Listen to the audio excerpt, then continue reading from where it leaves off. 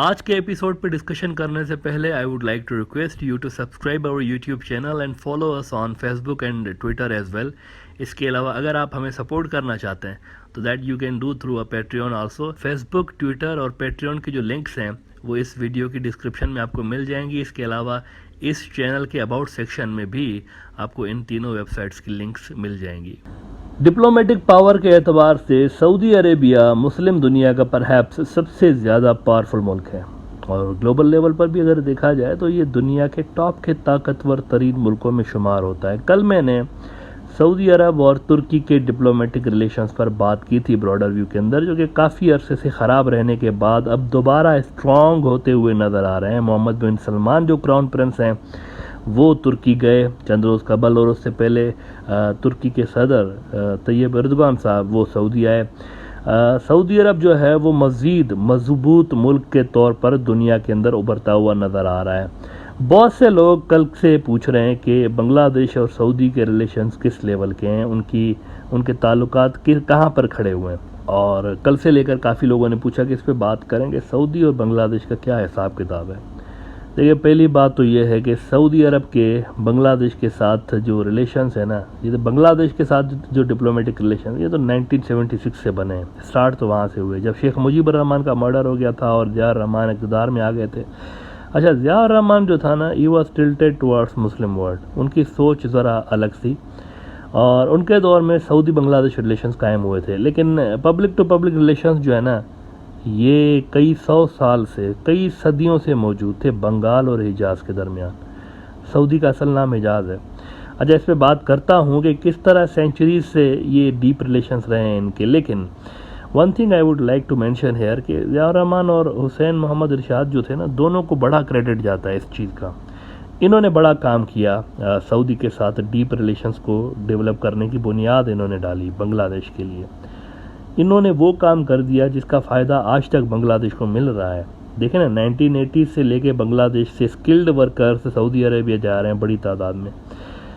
इस वक्त भी बांग्लादेश के टॉप फॉरेन रिमिटेंसेस जो सोर्सेज हैं उसमें से सऊदी अरब एक है। तो जो अच्छी बात है उसको मानना चाहिए, चाहे वो किसी भी पार्टी के लोगों की तरफ से की गई हो। ज़िया रहमान और हुसैन मोहम्मद इरशाद को क्रेडिट जाता है, इन्होंने बुनियाद डाली सऊदी के साथ अच्छे रिलेशंस रखने की बांग्लादेश के लिए। अच्छा, अब ये तो आजकल की बात है ना, आजकल क्या हो रहा है पिछले 40-50 साल में, सदियों की बात करते हैं, सेंचुरीज़ की बात करते हैं। कदीम बंगाल में आज से कोई 630 साल पहले एक शख्स हुआ करता था जिसका बाप अपने राज्य का किंग था। तो उस हिसाब से यूँ समझिए कि ये बंदा प्रिंस था। लेकिन प्रिंस की और किंग की बिल्कुल भी नहीं बनती थी आपस में, ड्यू टू सम रीजंस। और किंग भी जो था वो अपना जाननशीन इस प्रिंस को बनाना नहीं चाहता था। इस पे इन दोनों बाप बेटों की, यानी किंग और प्रिंस की लड़ाई हो जाती है। अब ये बंगाल की स्टोरी बता रहा हूँ, कई सदियाँ पहले बंगाल में ये सारे वाक़यात हो चुके हैं। दोनों बाप बेटों की लड़ाई हो जाती है, प्रॉपर लड़ाई, घरेलू झगड़ा नहीं, प्रॉपर लड़ाई, प्रॉपर फौजें दोनों की आपस में लड़ने लगती हैं, आमने सामने आ जाती हैं। लेकिन ये जो प्रिंस था ना, प्रिंस ने अपनी फ़ौजों को हुक्म दिया था कि देखो, मेरे वालिद को ज़िंदा पकड़ना है, उसको नुकसान नहीं पहुंचना चाहिए, after all he is my father. लेकिन जंग में, अब जब जंग छिड़ती है तो किसी के कंट्रोल में बात होती नहीं है। जंग में क्या हुआ कि प्रिंस के फ़ौजों के हाथों उसका बाप मारा जाता है और वो जो प्रिंस था वो अपनी बाप की जगह पर किंग बन जाता है। नाउ किंग बनने के बाद ये बंदा सबसे पहला काम ये करता है कि इंडिपेंडेंट जुडिशरी लेकर आता है। बंगाल की हिस्ट्री में पहली बार इंडिपेंडेंट ये जुडिशरी लेकर आ जाता है। इसके अलावा बंगाल के बॉर्डर्स को बढ़ाने का काम करता है। असम का जो इलाका है वो ये ले लेता है, सबसे पहले इसने लिया। इसकी फ़ौजें गई चाइना के साथ। चाइना में तब मिंग डायनेस्टी थी, वहाँ की बड़ी, उनकी जो तारीख की, चाइना की तारीख की सबसे बड़ी सल्तनत है, उनमें से एक मिंग थी। मिंग डायनेस्टी के साथ ये जो बंगाल का राजा था ये स्ट्रेटेजिक पार्टनरशिप कायम करता है।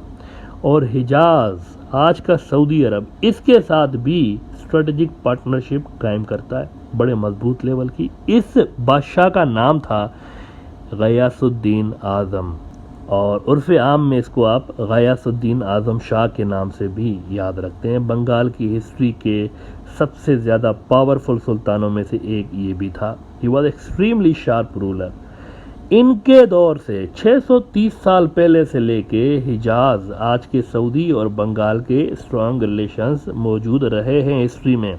तो 1976 से जो कहानी आप सुनते आ रहे हैं ये तो बांग्लादेश की कहानी, लेकिन ये रीजन तो था, ये लोग तो थे, पहले भी तो लोग थे ना।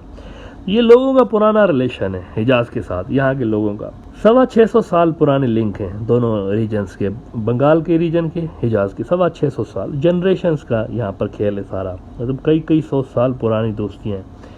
गयासुद्दीन आजम शाह ने वहाँ हिजाज में बड़े काम करवाए, बहुत ज़्यादा डोनेशंस दी उसने वहाँ पे, बहुत ज़्यादा उसने स्कूल बनाए वहाँ पर, उस वक्त स्कूलों को मदरसे बोला जाता था, तो उसने बड़े स्कूल्स भी कायम कराए। रसूलुल्लाह सल्लल्लाहु अलैहि वसल्लम के मदीने वाली मस्जिद के बिल्कुल पास एक बड़ा मदरसा हुआ करता था जिसे कहते थे हुस्नुल अतीक, ये भी उसी बंगाली सुल्तान ने बनाया था और काफ़ी टाइम तक वो जो मदरसा था वहाँ पर मौजूद भी रहा। इसके बाद भी जो गयासुद्दीन के बाद भी जो बंगाल के सुल्तान आते रहे थे maintained this good relations with Hijaz, बल्कि जलालुद्दीन मोहम्मद शाह एक और बड़े मशहूर बंगाल के किंग थे, इनके दौर में तो शरीफ मक्का के साथ तो इनकी इतनी दोस्ती थी कि शरीफ मक्का यानी गवर्नर जो था मक्के का, कि ज़बरदस्त ताल्लुकात बंगाल के इनके थे, बड़े बड़े तोहफे जाया करते थे मक्का और मदीना के लोगों के लिए बंगाल से। तो बंगाल और सऊदी के जो ताल्लुकात हैं हिस्टोरिकल हैं, हिजाज के ताल्लुकात। इट्स जस्ट दैट सेक्युलरिज्म खेल खेल के लोगों को बताया नहीं जाता कि कितने डीप रिलेशन है। अच्छा, मुझे लगता है कि सेक्युलरिज्म के चक्कर में इन टाइज को इतना प्रमोट नहीं किया गया जितना इनको प्रमोट करना चाहिए था। बड़े तारीखी रिलेशन हैं, लोगों को पता होना चाहिए कि कितने डीप यहाँ पर बंगाल और हिजाज के ताल्लुकात रहे हैं। अभी भी प्रमोट करना चाहिए मेरे हिसाब से, क्योंकि बांग्लादेश का फ्यूचर मुस्लिम वर्ल्ड के साथ इस अहम तरीन जो हिस्सा है ना मिडल ईस्ट, इनके साथ है। आपकी फॉरेन रेमिटेंसेस सबसे ज़्यादा जहाँ से आती है ये रीजन उसमें से एक है। आपकी एनर्जी का पूरा डिपेंडेंट इस रीजन के ऊपर है, यहाँ से आपकी सप्लाई लाइन ऑयल गैस ये सब कुछ आता है। और ये वो रीजन है जो कि कभी भी कंट्रोवर्शियल नहीं रहा बांग्लादेश की इंटरनल पॉलिटिक्स में। इंडिया कंट्रोवर्शियल रहा है, लेकिन मिडल ईस्ट के साथ दोस्ती से किसको एतराज़ है? ना तो सेक्युलर्स को है, ना तो रिलीजियस। मगर रिलीजियस तो खुश होंगे, वो तो कहते हैं इनके साथ अच्छे रिलेशन। कोई भी बड़ी सियासी पार्टी ऐसी नहीं है बांग्लादेश में जो कि ये ना चाहती हो कि we should have a strong relation with GCC countries. इसके बावजूद बांग्लादेश ने इस रीजन को मुझे लगता है कि निगलेक्ट किया हुआ है कई डेकेड्स तक, और उन्होंने अपनी पॉलिसीज़ इंडिया के इर्द गिर्द बनाई, काफ़ी डेकेड्स वेस्ट किए। अलबत्ता फ्यूचर अब यहाँ है, फ्यूचर बांग्लादेश का चीन के साथ है, फ्यूचर मिडल ईस्ट के साथ है, फ्यूचर तुर्की के साथ है, फ्यूचर यूरोप के साथ है। इंडिया का पोटेंशियल लिमिटेड हो चुका है। पहले चले ठीक है, बांग्लादेश की खुद की भी इकोनॉमी कोई ज़्यादा अच्छी नहीं थी तो आप कह सकते थे, लेकिन अब उस ज़माने से निकल गया है।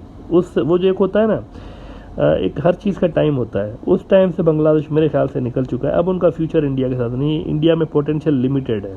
एक हद से ज़्यादा इंडिया बांग्लादेश को सपोर्ट नहीं कर सकता। प्याज, टमाटर, कॉटन ये ख़रीदने तक तो ठीक है, इंडिया फ़ायदा दे सकता है, लेकिन इससे आगे इंडिया के पास ऑफ़र करने को कुछ है नहीं ज़्यादा।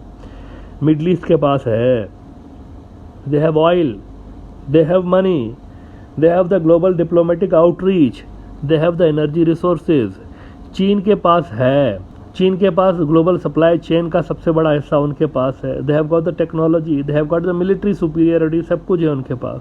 तो ये बदलती हुई दुनिया है, तो बदलती हुई दुनिया के साथ खुद को बदलना पड़ता है, और जो नहीं बदलता खुद को तो वो पीछे रह जाता है। लिहाजा कुदरत की तरफ से एक कंपलसरी इंटरवेंशन बांग्लादेश के फॉरेन रिलेशंस में होने लगी है, और इस कंपलसरी इंटरवेंशन की वजह से ही बांग्लादेश के फॉरेन रिलेशंस आने वाले जो साल हैं उसमें चेंज होंगे, इन मुल्कों की तरफ ज़्यादा डाइवर्ट होंगे। इंडिया के साथ जो इंडिया का रोल है धीरे धीरे कम होता जाएगा, अनटिल एंड अनलेस इंडिया खुद को अपग्रेड नहीं करता, आगे नहीं बढ़ाता, और इन मुल्कों का अल्टरनेट बन के इस रीजन के मुल्कों के लिए सामने नहीं आता, तब तक इंडिया जो है उनका रोल डाउन होता रहेगा इस रीजन के अंदर।